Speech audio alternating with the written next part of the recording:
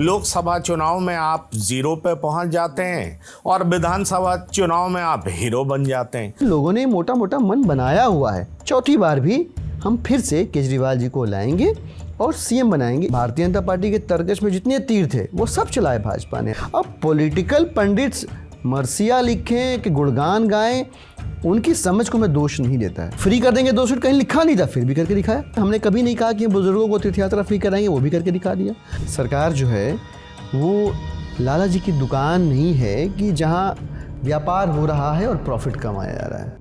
नमस्कार, मैं हूं पंकज कुमार और मैं इस वक्त जहां पर आया हूं, आप समझ सकते हैं दिल्ली में विधानसभा चुनाव है और इस चुनाव में कैंपेनिंग पीक पर है।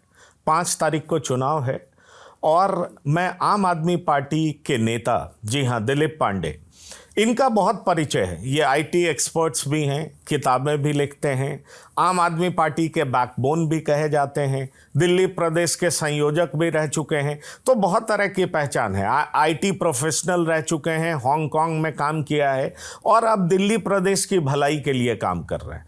चूँकि आम आदमी पार्टी के लिए ये चुनाव बहुत इम्पॉर्टेंट है, कहा जा रहा है करो या मरो की स्थिति है। ऐसे में आम आदमी पार्टी क्या चौथी बार भी सरकार बनाने की स्थिति में है? क्या चैलेंजेस है? दिलीप पांडे उसमें भूमिका क्या निभा रहे हैं? और साथ ही साथ इनको क्यों लगता है कि फिर आएंगे केजरीवाल? इन तमाम चीज़ों के बारे में हम इनसे सवाल करेंगे। तो दिलीप पांडे जी, आपका बहुत स्वागत है TV9 के platform. Thank you so much, बहुत बहुत शुक्रिया। Thank you. मेरा पहला सवाल है, आप लोगों ने एक थीम सॉन्ग बनाया है, फिर लाएंगे केजरीवाल। मैंने सुना उसको। क्यों आपको लगता है कि केजरीवाल दिल्ली में बहुत पॉपुलर हैं? वैसे ये तो मुझे भी लगता है, मैं इसलिए कह रहा हूँ क्योंकि हमने देखा है लोकसभा चुनाव में आप जीरो पे पहुँच जाते हैं और विधानसभा चुनाव में आप हीरो बन जाते हैं। इसलिए अगर कोई कहता भी है कि ये चुनाव चैलेंजिंग है तो मैं एक बार डाउट करता हूँ। तो मैं आपसे ये पूछ रहा हूँ कि चौथी बार क्या आपको एंटी इनकम्बेंसी का डर नहीं लगता? पहले कभी आप पे भ्रष्टाचार का आरोप नहीं था, वो भी आरोप है, और इस बार कांग्रेस भी आपको बढ़ चढ़ करके एक्यूज कर रही है। क्या आपको नहीं लगता कि इस बार एक तीसरी ताकत भी है जो आपको चुनौती दे रही है? तो निश्चित तौर पर यह चुनाव सबसे ज़्यादा चैलेंजिंग है। देखिए, मैं शुरुआत करता हूँ जिस थीम सॉन्ग का आपने जिक्र किया वहाँ से उठाता हूँ मैं आपके सवाल के जवाब को। थीम सॉन्ग है फिर लाएंगे केजरीवाल। और अच्छी चीज़ क्या है, आम आदमी पार्टी का जो कम्युनिकेशन है, हम कुछ आर्टिफिशियली क्रिएट करके कम्युनिकेट करने में विश्वास नहीं रखते। हमें लगता है कि जो पब्लिक कॉमन पब्लिक सेंटिमेंट है, अगर आपका कैंपेन, अगर आपकी कम्युनिकेशन स्ट्रेटजी उसी एग्जिस्टिंग कॉमन पब्लिक सेंटिमेंट को रेजोनेट करे, रिफ्लेक्ट करे, तो आप वह बातें कह पाते हैं, कह लेते हैं जो जनता सोच रही होती है। लिहाजा आपके और जनता के बीच किसी भी तरह का अंतर जो है वो कम्युनिकेशन के लेवल पे ख़त्म हो जाता है, ज़ीरो हो जाता है। और इस चुनाव के कैंपेन सॉन्ग की जो लाइन है, जो हुक लाइन है, उसके पीछे की भी वजह ये है कि दिल्ली के अंदर लोगों ने मोटा मोटा मन बनाया हुआ है। ये और लोगों को लगता होगा कि चैलेंजिंग है, करो या मरो वाली स्थिति है, बट पब्लिक कह रही है कि नहीं, एक बार, 2 बार, 3 बार के बाद चौथी बार भी हम फिर से केजरीवाल जी को लाएंगे और सीएम बनाएंगे। इसमें कहीं कोई संशय पब्लिक के अंदर नहीं है, जनता के अंदर नहीं है, बाकी किसी को हो लाजमी है। अब ऐसे में भारतीय जनता पार्टी उस कॉमन पब्लिक सेंटिमेंट को कैसे चैलेंज करे या और पार्टियां कैसे चैलेंज करें, ये उनका राजनीतिक दायित्व हो सकता है। आम आदमी पार्टी की तरफ से मैसेज वही है जो जनता की तरफ से मैसेज है, और बिना संशय, बिना दुविधा के इस बार का जो जनादेश है वो पिछले वाले को रिपीट करेगा। अमूमन लोग बात करते हैं, आपने भी अपनी बातचीत में जिक्र किया एंटी इनकम्बेंसी का, लेकिन यहाँ जो स्थिति है वो एंटी इनकम्बेंसी की नहीं है, प्रो इनकम्बेंसी की है।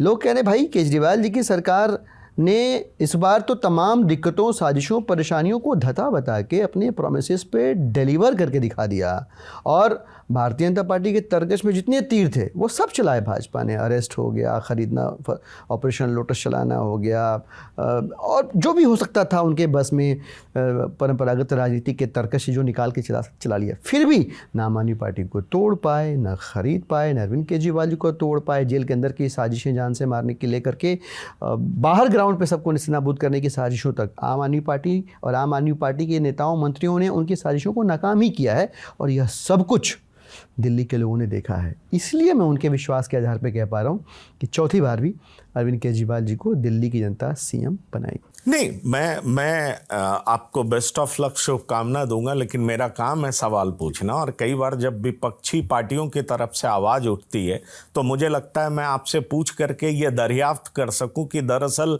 आपके हिसाब से ज़मीनी हकीकत क्या है।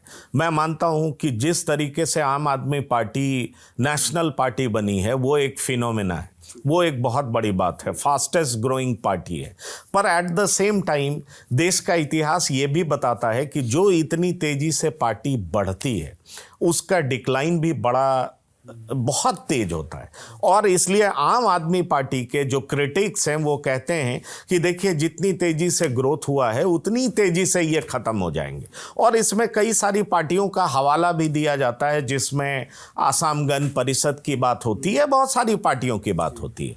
तो मैं आपसे यही सवाल करना चाहूँगा, क्योंकि दिल्ली का छोटा से छोटा चुनाव पर पूरे देश की नज़र होती है। आपने देखा यहाँ एमसीडी का चुनाव था, ऐसे कवर हो रहा था जैसे कोई राष्ट्रीय चुनाव हो, और आपकी जीत को लोगों ने बहुत सराहा। तो मैं इसीलिए पूछ रहा हूँ, जहाँ हर बात पे नज़र लोगों की रहती है, जहाँ पर समीक्षक सारे बैठे हुए हैं, जहाँ पर बहुत ज़्यादा प्रॉस एंड कॉन्स भी दिखाई पड़ता है, वैसे में और मोदी जी का गढ़ है ये लोकसभा चुनाव में 7 की 7 सीट 2014 में जीते, मेरे ख्याल से 2019 में जीते, 2024 में जीते, अगर मैं करेक्ट हूँ तो अब आप ये बताइए कि चौथी बार जब कांग्रेस भी उठ करके कह रही है, क्योंकि पिछले 2 चुनाव में कांग्रेस मुझे नहीं लगा कि एग्रेसिवली चुनाव लड़ रही थी, पर इस बार जिस तरीके से अरविंद केजरीवाल जी नई दिल्ली जा करके शीला दीक्षित को पटकनी दी थी, उसी तरीके से आप संदीप दीक्षित आपके खिलाफ बोल रहे हैं। कांग्रेस बहुत एग्रेसिव दिखाई पड़ रही है। क्या आपको ऐसा लगता है कि जो वोट बैंक पूरा का पूरा आपकी तरफ शिफ्ट कर गया, वो वोट बैंक वापस कांग्रेस की तरफ जा सकता है? क्योंकि कांग्रेस बार बार इस बात को कहती है कि बहुत हो गया, बहुत देख लिया केजरीवाल, अब नहीं सहेंगे केजरीवाल। जी देखिए, पहले तो बताऊं आपको, एक बार नहीं दर्जनों बार आम आदमी पार्टी का मरसिया लिखने की कोशिश की गई है। लोगों ने, राजनीतिक पंडितों ने परंपरागत राजनीति के समझ के आधार पर कई बार कहा कि अब आम आदमी पार्टी, हालांकि इस धरती पे कौन सदा के लिए रहने आया है, और तुलसीदास जी कहते हैं कि धरा को प्रमाण यही तुलसी, जो फरा सो झरा, जो जरा सो बुतानी। वो तो सबको ही आना जाना, वो कोई आवागमन तो चक्र है, चाहे वो पार्टी हो, चाहे व्यक्ति हो, चाहे कुछ भी हो। लेकिन आपने तीनों पार्टियों का जिक्र किया, मैं तीनों पार्टियों के ऊपर एक संक्षिप्त टिप्पणी करके आपकी बात का जवाब देने का प्रयास करता हूँ इस बार। और ये मैं इसलिए कह रहा हूँ कि अभी पिछले सवाल में मैंने प्रो इनकम्बेंसी का जिक्र किया। तीनों पार्टियों में से लगभग किसी को कोई बहुत ज़्यादा नुकसान नहीं है, बहुत ज़्यादा डिविएशन नहीं है इस बार मैंडेट में। एक पार्टी है आम आदमी पार्टी, 62 सीटें आई थी। इस बार का जो माहौल है चुनाव का, ज़मीनी हकीकत जो है वो ये बतला रही है कि एक आध सीटें कम, 2-4 सीटें ज़्यादा हो सकता है आ जाएं, बट आम आदमी पार्टी की सरकार बनी है, लिहाजा आम आदमी पार्टी को भी कोई विशेष नुकसान, विशेष फ़ायदा नहीं है, मैंडेट रिपीट हो रहा है। दूसरी पार्टी है भारतीय जनता पार्टी, 8 सीटें आई थी। कुछ लोग कह रहे हैं कि इस बार 6 आएंगी, कुछ एक सर्वे भी मैंने कल ही देखे शाम को, कुछ एक कह रहे हैं नहीं 7 आएंगी, 2-3 आ जाए वही बहुत बड़ी बात है, तो विशेष नुकसान उनको भी नहीं है परसेंटेज में। और तीसरी पार्टी है कांग्रेस पार्टी। पिछले 2 टर्म्स के इलेक्शन से उनको कोई लॉस नहीं है, 0 पिछली बार थे, पिछली बार भी 0 थे और इस बार भी 0 रहेंगे। कहने का मतलब ये है कि दिल्ली के अंदर पिछली प्रो इनकम्बेंसी होने की वजह से पिछली बार का मैंडेट रिपीट करने का मन दिल्ली की जनता बना चुकी है। अब पॉलिटिकल पंडित्स मरसिया लिखें कि गुणगान गाएं, उनकी समझ को मैं दोष नहीं देता है, क्योंकि उनकी समझ जो है वो परंपरागत राजनीति के आधार पर बनी हुई है। आम आदमी पार्टी परंपरागत राजनीति का जो एग्जिस्टिंग फ्रेमवर्क है उसमें कहीं से फिट होती नहीं है। कारण इकलौती ऐसी पार्टी है जिसने जो कहा ना वो सिर्फ डिलीवर किया, बल्कि उसके बियॉन्ड डिलीवर किया।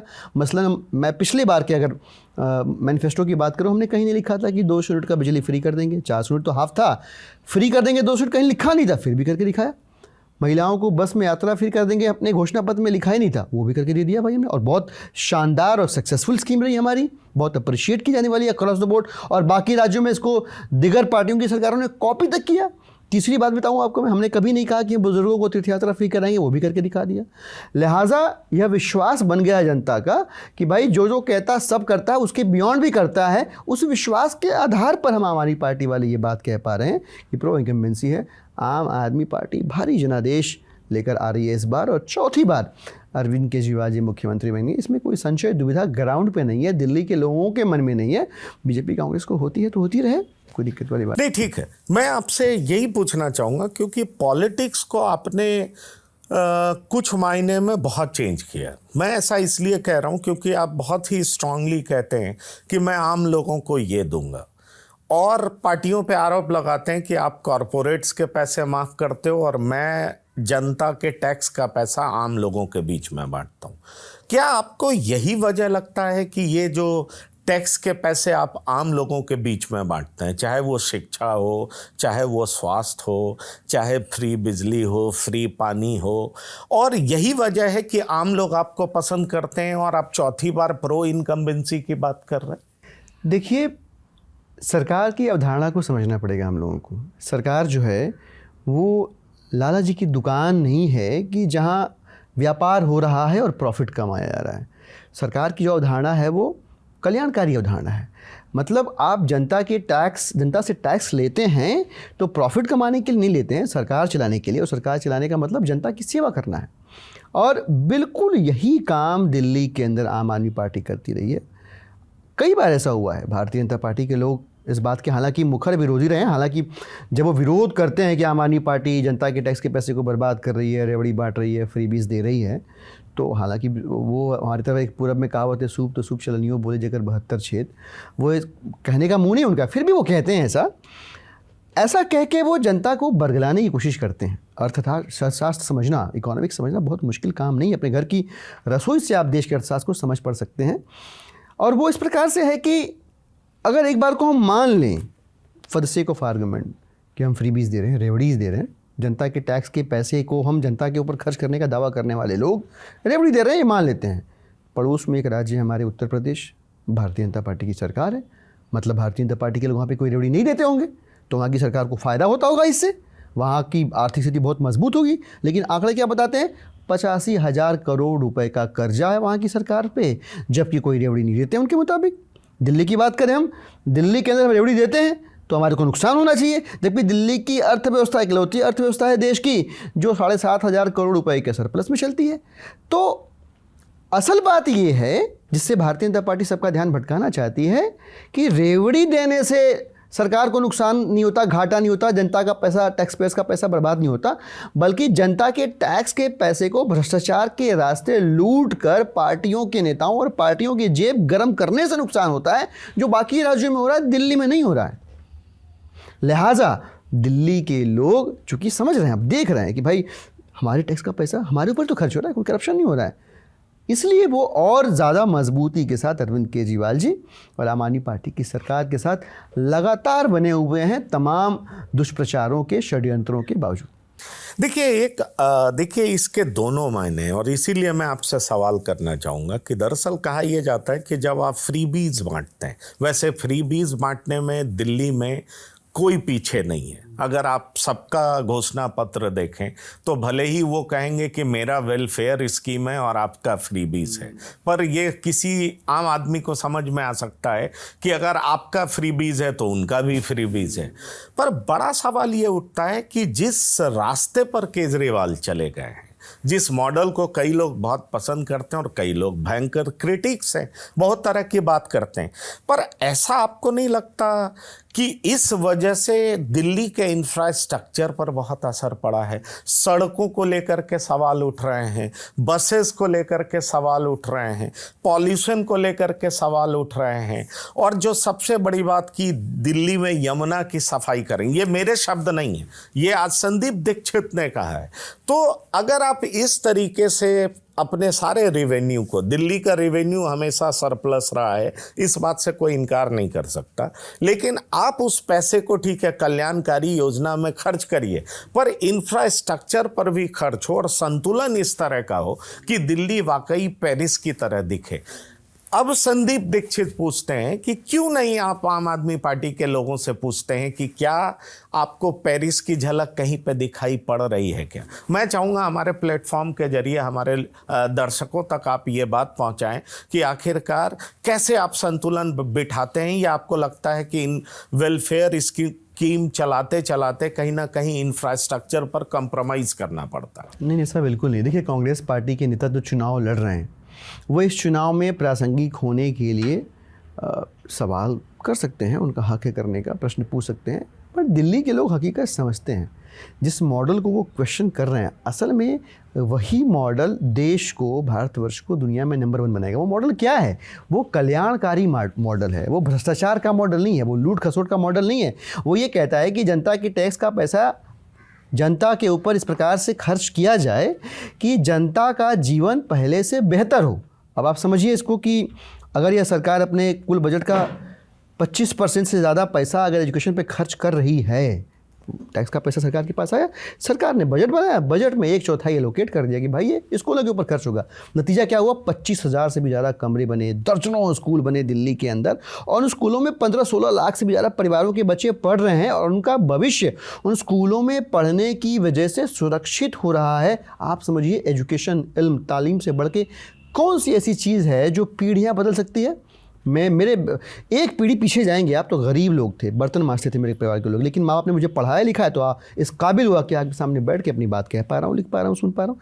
तो ये सिर्फ एक सेक्टर की मैं बात कर रहा हूँ। अस्पतालों का आलम देखिए, आप जाके देखिए क्या शानदार अस्पताल बने हुए हैं, सैकड़ों मोहल्ला क्लिनिक बने हुए हैं, 5 नए अस्पताल बन रहे हैं। ये सारे इंफ्रास्ट्रक्चर डेवलपमेंट नहीं तो क्या है? दिल्ली के अंदर पिछले 67 साल, हमारी सरकार बनने के पहले के 67 साल में जितने फ्लाईओवर बने, उतने उससे ज़्यादा पिछले 10 सालों में बन गए। 32 से भी ज़्यादा नए फ्लाईओवर्स बन के इनॉग्रेटेड हैं, और अभी 5-7 ऑलरेडी बन रहे हैं जो अगले कुछ महीने में इनॉग्रेट हो जाएंगे। तो इंफ्रास्ट्रक्चर पे भी इन्वेस्टमेंट हुआ है, स्कूलों के ऊपर भी इन्वेस्टमेंट हुआ, अस्पतालों, मोहल्ला क्लिनिक के ऊपर भी इन्वेस्टमेंट हुआ है। ग्रोथ जब मल्टी डायमेंशनल हो और उसकी रेसिपिएंट जनता हो, नेता ना हो, तब डेवलपमेंट जो है, वो डेवलपमेंट का जो मॉडल है वो वेलफेयर मॉडल है। और ग्रोथ के नाम पे आप फैब्रिकेटेड ग्रोथ कर रहे हैं और नेताओं को पैसा पहुंच रहा है भ्रष्टाचार के रास्ते, और जनता गरीब हो रही है और उनको उन कल्याणकारी योजनाओं का लाभ नहीं मिल रहा है। तो ये वो मॉडल है जो परंपरागत राजनीतिक पार्टियां जिसको अख्तियार करके अब तक चलती आई हैं, उसी को चुनौती दी तो ये सारे बौखलाए हुए हैं। दिल्ली के अंदर जिस तरह से काम हुआ है इंफ्रा के ऊपर, किसी और राज्य में गिनवा दीजिए आप, उतने कम समय में उतनी दिक्कतों के बाद हुआ हो, तो मैं सियासत छोड़ दूँ। तो ये सवाल पूछने के लिए सवाल करना, प्रासंगिक बने रहने के लिए सवाल करना, और सच्चे सवाल करना, दोनों में फ़र्क है, पर ठीक है, उनका काम है। नहीं, पर एक चीज़ जो मुझे लगता है जनता समझना चाहेगी, और ये जनता तय करेगी कि नुकसान किसको होगा, फ़ायदा किसको होगा। 7 महीने पहले आप 7 चुनाव लड़ते हैं और 7 महीने बाद आप एक दूसरे को एक्यूज़ करते हैं। मैं कांग्रेस के भी कई नेताओं से बात करता हूं तो मैं पूछता हूं कि 7 महीने पहले आपको केजरीवाल भ्रष्ट नहीं दिखते थे, 7 महीने बाद आपको भ्रष्ट दिखने लगे हैं। दरअसल ये लड़ाई सत्ता की लड़ाई है या ये लड़ाई इंडिया ब्लॉक के नेतृत्व की लड़ाई है? मैं क्योंकि एक सवाल खुद केजरीवाल जी ने उठाया कि राहुल जी अपनी पार्टी को बचाने की लड़ाई लड़ रहे हैं और मैं देश को बचाने की लड़ाई लड़ रहा हूं। तो देश बचाने की आड़ में इंडिया ब्लॉक के नेतृत्व की लड़ाई है, क्योंकि अगर दिल्ली में आपकी थंपिंग मेजॉरिटी आती है तो आप भी कहेंगे सबसे पॉपुलर अरविंद केजरीवाल, हमारा status national status, national stature की पार्टी, तो क्यों नहीं इंडिया ब्लॉक के नेता अरविंद केजरीवाल हो। हमारी पार्टी पंजाब में भी है और जगह भी हमारा वोट परसेंटेज इतना है। आप तुरंत बोलने लगेंगे कि अब की बार केजरीवाल, देश मांगे केजरीवाल, और राहुल गांधी घबरा गए हैं इसलिए आप दोनों दिल्ली में एक दूसरे के खिलाफ चुनाव लड़ रहे हैं। जबकि चंडीगढ़ में चंडीगढ़ में आप दोनों साथ हैं, जनता को क्या मैसेज देना चाहते हैं आप? देखिए, पहले तो मैं थोड़ा सा करेक्शन कर रहा हूँ, हम नहीं आरोप लगा रहे हैं कांग्रेस पार्टी के ऊपर, कोई आरोप, हमारे पास टाइम ही नहीं है भाई। हम तो अपनी कल्याणकारी योजनाएं जो आगामी सरकार का हिस्सा बनेंगी, पॉलिसीज़ में कन्वर्ट होंगी और जिसका लाभ जनता को मिलेगा, हम उनको ड्राफ्ट करने में और उनको जनता तक, घर घर तक पहुंचाने में लगे हुए हैं। हमारे पास समय ही नहीं है कांग्रेस पार्टी को अक्यूज़ करने का। दिल्ली के लोगों ने जितनी अपेक्षाएं हमसे रखी हुई हैं उनको पूरा करना, उन पर खरा उतरना आसान बात नहीं है। तो हमारा पूरा ध्यान, पूरा समय उस पर, हम बहुत कंस्ट्रक्टिव कैंपेन कर रहे हैं, हम बहुत पॉजिटिव कैंपेन कर रहे हैं। भारतीय जनता पार्टी क्या कर रही है? नई नई गालियों का इजाद करो और केजरीवाल जी के नाम पे चिपकाओ उन गालियों को। कांग्रेस पार्टी क्या कर रही है? प्रासंगिक बने रहने के लिए अपने नेताओं को सामने ला रही है और कुछ कुछ कहलवा रही है उनसे जो बिल्कुल इरेलेवेंट है। पता नहीं, मुझे नहीं लगता कि लोग सुन भी रहे होंगे। पूरी विनम्रता के साथ मैं कह रहा हूँ कि इंडिया ब्लॉक का मकसद अलग है। जिन भी लोगों को, जिन भी पार्टियों को ये लगा कि केंद्र की सरकार में भारतीय जनता पार्टी का बने रहना इस देश के लोकतांत्रिक मूल्यों के लिए खतरा है, इस देश के संविधान के लिए खतरा है, वो अपने स्थानीय राजनीतिक हितों को साइड करके कुछ समय के लिए देश बचाने की लड़ाई में, देश बचाने की मुहिम में इकट्ठा हुए, एक साथ शामिल हुए।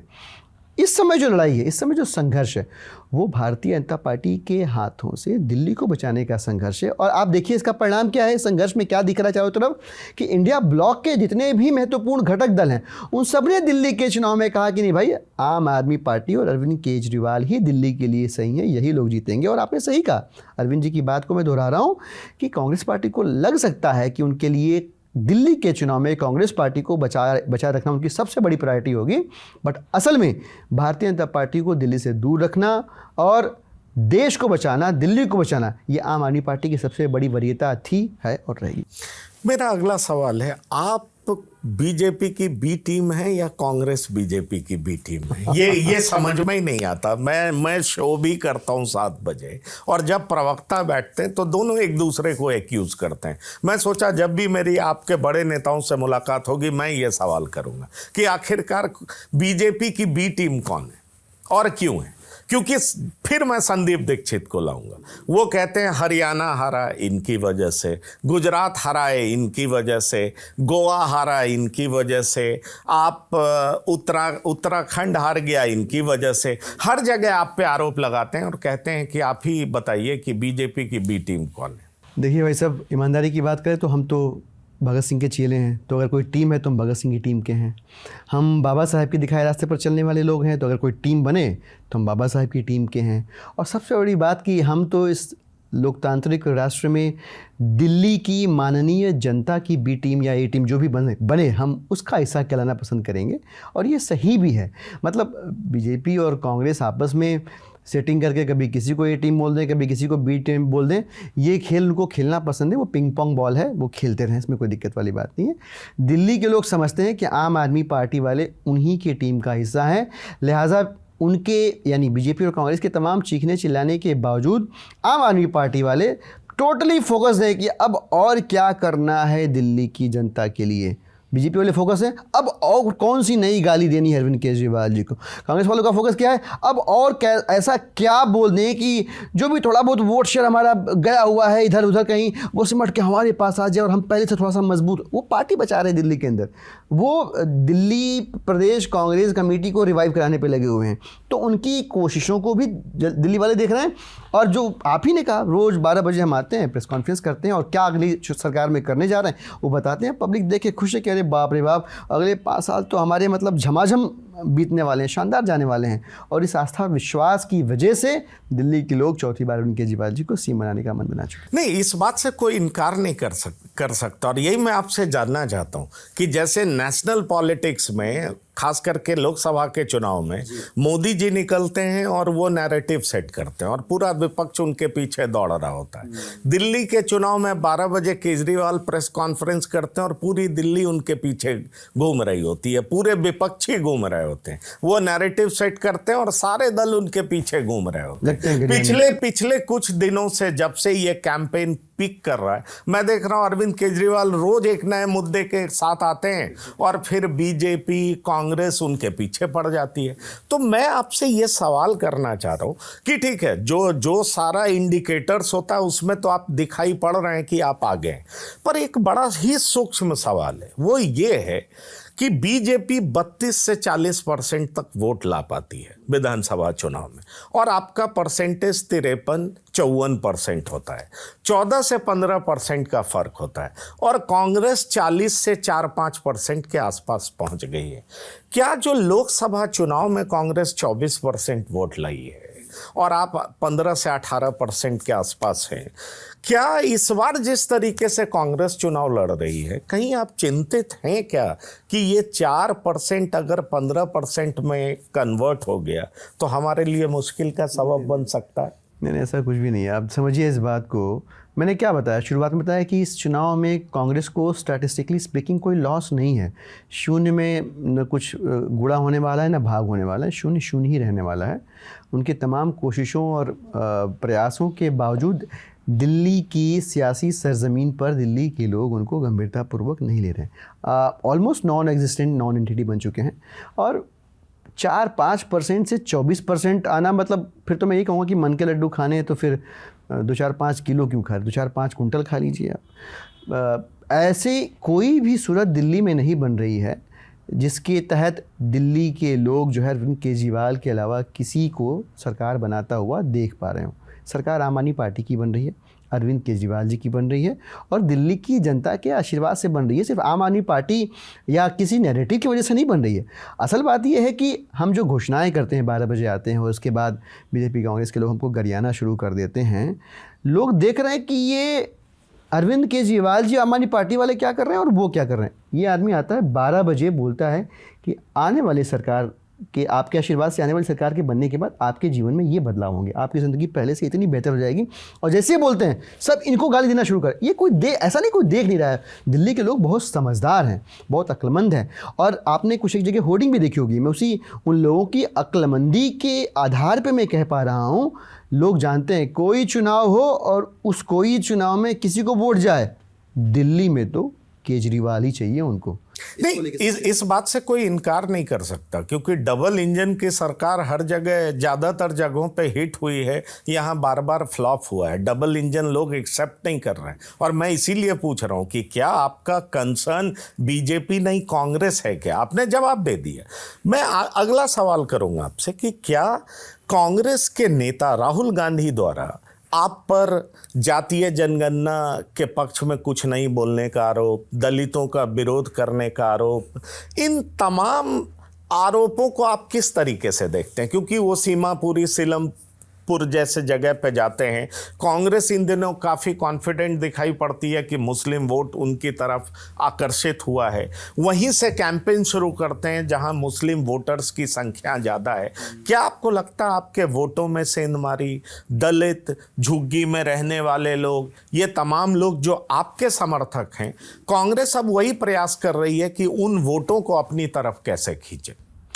देखिए, आप समझिए इस बात को कि दिल्ली के लोग कोई ऐसा बेतरतीब ढंग से पढ़ा हुआ कोई लोहे का टुकड़ा नहीं है कि कोई अपना चुंबक लेके आया और दिखाया और चिपक के चले गए। उनकी अपनी कोई सोच नहीं, अपनी कोई समझ नहीं, सियासत की, सामाजिकता की, आपकी नैरेटिव की कोई समझ। दिल्ली के लोग बहुत समझदार हैं और वो देख रहे हैं कि कांग्रेस पार्टी दिल्ली के अंदर बिल्कुल इरेलेवेंट हो चुकी है और इस समय तमाम कोशिशें उनकी पॉलिटिकली रेलेवेंट होने के अलावा और कुछ है ही नहीं। आपने जिक्र किया कांग्रेस पार्टी के बड़े नेता का, वो इस इलाके में जा रहे हैं, वहाँ जा रहे हैं, बट आप ये देखिए कि वो दिल्ली के लिए रेलेवेंट क्या कह रहे हैं। भारतीय जनता पार्टी इशारों में अपने घोषणा पत्र में दिल्ली की जनता का भला करने वाले मोहल्ला क्लिनिक्स को बंद करने की बात कह रही है। दिल्ली के अंदर सरकारी अस्पतालों में इशारों में अब इलाज जो मुफ्त मिलता है, दवाइयाँ, टेस्ट सब मुफ्त मिलता है, वो बंद हो जाएंगी, ये इशारा कर रही है। और कांग्रेस पार्टी उनका विरोध नहीं कर रही है, आम आदमी पार्टी का विरोध कर रही है। तो पब्लिक क्या सोच रही है? अरे यार, ये तो अजीब लोग हैं। ये कह रहे हैं कि केजी से पीजी खाली मुफ्त होगा, ज़रूरतमंदों के लिए मुफ्त होगा, सबके लिए मुफ्त नहीं होगा। बीजेपी वाले कह रहे हैं, आम आदमी पार्टी कह रही है कि नहीं सबके लिए मुफ्त रहेगा और हमेशा रहेगा, और ये आम आदमी पार्टी को ही गाली दे रहे हैं। पर मुझे तो लगता है सब आपके ही बताए रास्ते पर चल रहे हैं। आप 200 यूनिट बिजली फ्री कहते हैं, वो 300 यूनिट बिजली फ्री करने की बात कर रहे हैं। उस पर भी आता हूँ। तो कांग्रेस पार्टी उन कल्याणकारी योजनाओं के खिलाफ जाने वाली भारतीय जनता पार्टी को कुछ नहीं कह रही है। और जब कुछ नहीं कर रही है तो ये समझ रहे कि लोग बेवकूफ़ हैं, लोग देख नहीं रहे। लोग देख रहे हैं कि आप दरअसल इस बार दिल्ली के चुनाव में मैच मिल के खेल रहे हैं, अनुराग कुश्ती है आपकी, इसमें कोई संशय नहीं है। तो ये कोशिशें जो हैं वो उनका अधिकार है, मतलब इस देश लोकतांत्रिक है और वो एक पॉलिटिकल पार्टी है, दिल्ली में चुनाव लड़ रहे हैं, वो जो भी कोशिशें करें, बट पब्लिक देख रही है कौन उनके साथ है। उनके साथ होने का मतलब उनके लिए जो योजनाएं सरकार लेके आ रही है उन योजनाओं के खिलाफ होने का मतलब उनके खिलाफ होना है, और कौन उन योजनाओं में और 4 योजनाएं जोड़ के उनकी ज़िंदगी को बेहतर बनाने का प्रयास करे, यानी अरविंद केजरीवाल। ठीक है, लास्ट 2 सवाल मेरा और है। ये पिछले कुछ दिनों में आपने घोषणाओं की झड़ी लगा दी है। ये बात और है कि जो आपको क्रिटिसाइज करते थे वो आपके रास्ते पर ही चल रहे हैं। अब उनके सोच में नहीं आ पाए तो बहुत चीज़ वो मिस कर गए, वो अलग बात है, पर चल आपके ही रास्ते पर हैं। और इसलिए मैं कह रहा था, आपका 200 यूनिट, उनका 300 यूनिट। आप कहते हैं 2100 देंगे, वो कहते हैं 2500 देंगे, कोई कहता है 3000 देंगे, वो कहते हैं आयुष्मान लागू योजना क्यों नहीं एग्जीक्यूट किया गया, आप कहते हैं हम संजीवनी योजना देंगे। तो ये बताइए, क्या ये जो महिलाओं को लेकर के जो सबसे बड़ा कंट्रोवर्सी हुआ, और उसमें ये कहा कि आपने वादा किया, ना आपने पंजाब में दिया ना दिल्ली में दिया, और महिलाएं जो कि 48% पॉपुलेशन है उनका, तो बार बार सवाल उठता है कि यहाँ की महिलाएं आम आदमी पार्टी पर क्यों भरोसा करेंगी जब वादा करके भी उनको पैसा नहीं दिया जा सका। देखिए, पहली बात तो ये कि आपने ही बताया, और ये सच भी है कि भारतीय जनता पार्टी या कांग्रेस पार्टी, आम आदमी पार्टी ने प्रो पीपल गवर्नेंस की जो लकीर खींची उसी को कॉपी करने की कोशिश कर रही है, उसी का फोटोकॉपी क्रिएट करने की कोशिश कर रही है। मतलब बीजेपी ने कुछ नहीं किया, बीजेपी ने अपना संकल्प पत्र जो है वो केजरीवाल जी का संकल्प पत्र है, थोड़ा सा वर्ड चेंज करके। तो जब ओरिजिनल अरविंद केजरीवाल जी विकल्प के तौर पे दिल्ली वालों के लिए उपलब्ध हैं, tried and tested over a period of time है, 3 बार की सरकार में अपनी घोषणाओं वायदों के ऊपर 100% डिलीवरी कर चुके हैं, तो कोई अरविंद केजरीवाल जी का फोटो कॉपी, जेरोक्स कॉपी लेके क्यों संतोष करना चाहेगा। दिल्ली के लोग तो पूरी क्लैरिटी के साथ आगे बढ़ रहे हैं कि भाई अरविंद केजरीवाल जब है हमारे पास, और उनके ऊपर संशय करने का कोई सवाल नहीं पैदा होता, क्योंकि जो उन्होंने कहा उन्होंने किया। ये बरगला रहे कि यहाँ नहीं दिया, अरे भाई दिल्ली के अंदर अरविंद केजरीवाल जी ने कौन सा ऐसा वायदा किया जो वायदा करने के बाद पीछे हटे हों, नहीं पूरा, सारे वायदे पूरे किए अरविंद केजरीवाल जी ने। 1000 रुपये वाला कैबिनेट में पास कर दिया है, और मैनिफेस्टो में 2100 डाला है, तो पब्लिक कह रही है कि भाई किसी का भरोसा नहीं, लेकिन अगर केजरीवाल ने बोल दिया कि 2100 देंगे तो सरकार बनाओ, 2100 देगा, बाकी किसी का भरोसा नहीं है। तो आप समझिए एक बात को, बड़ा कम्युनिकेशन की स्ट्रेटजी में ये की पॉइंट है। खाली मैसेज इंपॉर्टेंट नहीं है, मैसेंजर की क्रेडिबिलिटी भी इंपॉर्टेंट है। और आम आदमी पार्टी का मैसेज, आम आदमी पार्टी की घोषणाएं और उन घोषणाओं को अनाउंस करने वाले अरविंद केजरीवाल जी, दोनों की क्रेडिबिलिटी जनता के मन में है। जबकि क्रेडिबिलिटी का जब नाम लेते हैं हम, तो बीजेपी कांग्रेस के ऊपर भरोसा दिल्ली के लोगों को नहीं है। इस आधार पे मैं कह रहा हूँ कि दिल्ली में तो केजरीवाल। ठीक है, लास्ट सवाल। छात्रों के लिए आपने बहुत घोषणा किया, और आज आपकी तरफ से कहा गया कि छात्र सावधान हो जाएं, अगर आम आदमी पार्टी नहीं आई तो उनका बहुत नुकसान होगा। मैं कहीं वेबसाइट पे पढ़ रहा था। दूसरा बड़ा आरोप सारी पार्टियां आप पे लगाती हैं कि आप पुजारी ग्रंथी योजना लेकर के आए, और लेकिन जो मौलवी हैं उनको 17 महीने से आप वेतन नहीं दे रहे हैं। तो पुजारी ग्रंथी योजना 13 साल बाद आपके दिमाग में आया, 12 साल बाद, तो इसकी क्या गारंटी है कि चुनाव के बाद आप उनको दे देंगे? इसलिए विपक्ष आप पे आरोप लगाता है कि आप चुनावी हिंदू। देखिए, एक गारंटी है, और उस गारंटी का नाम है अरविंद केजरीवाल, और सारी गारंटियां उस एक गारंटी के पीछे फॉलो करती हैं, दिल्ली के लोग समझते हैं। अब जैसे आप कह सकते हैं कि भाई 200 यूनिट आपने फ्री दे दिया, अब ये एक स्कीम है, घोषणा पत्र में नहीं थी। 2015 में सरकार बनी, 13 में बनी, तब भी नहीं थी, अब क्यों किया? तो भाई एक स्कीम है, मान लो 5 साल लेट अनाउंस हुई, 6 साल 7 साल लेट अनाउंस हुई, पर अनाउंस तो हुई ना, और अनाउंस अगर हो गई है तो लागू भी होगी, ये भरोसा है ना। तो जब भरोसा है, क्योंकि केजरीवाल जी हैं, तो भाई चौथी बार सीएम बनेंगे, टेंशन फ्री रहिए, सरकार आएगी। इस बार कितना सीट? 67, 62 क्या एक्सपेक्ट? वो मुझे लगता है कि 62 की 61 की 65, ये इंपॉर्टेंट नहीं है। इंपॉर्टेंट ये है कि पिछली बार का मैंडेट मुझे लगता है कि बहुत सलीके से रिपीट होगा, और दिल्ली के अंदर चौथी बार जो है अरविंद केजरीवाल जी सीएम बनेंगे दिल्ली की जनता की सेवा करने के लिए, और पिछली बार से अच्छा परफॉर्मेंस होगा। चलिए, तो इस चुनाव के लिए आपको ढेर सारी शुभकामनाएं। आपने TV9 से बात किया, इसके लिए बहुत बहुत धन्यवाद और शुक्रिया। तो टीवी 9 में हमारे साथ दिलीप पांडे जी थे। दिलीप पांडे खुद तिमारपुर से विधायक भी हैं, लंबे समय से आम आदमी पार्टी के लिए काम भी कर रहे हैं और पॉलिसीज़ बनाने में भी काफ़ी एक्टिव हैं। अब ये देखना दिलचस्प होगा कि जो ये दावे कर रहे हैं उसकी ज़मीनी हकीकत चुनाव के बाद क्या सामने आती है। निश्चित तौर पर पूरे देश की नज़र इन बातों पर टिकी हुई है, इसलिए मैं इनका धन्यवाद शुक्रिया अदा करता हूं और ताज़ा तरीन खबरों के लिए आप लगातार देखते रहिए टीवी 9। धन्यवाद, नमस्कार।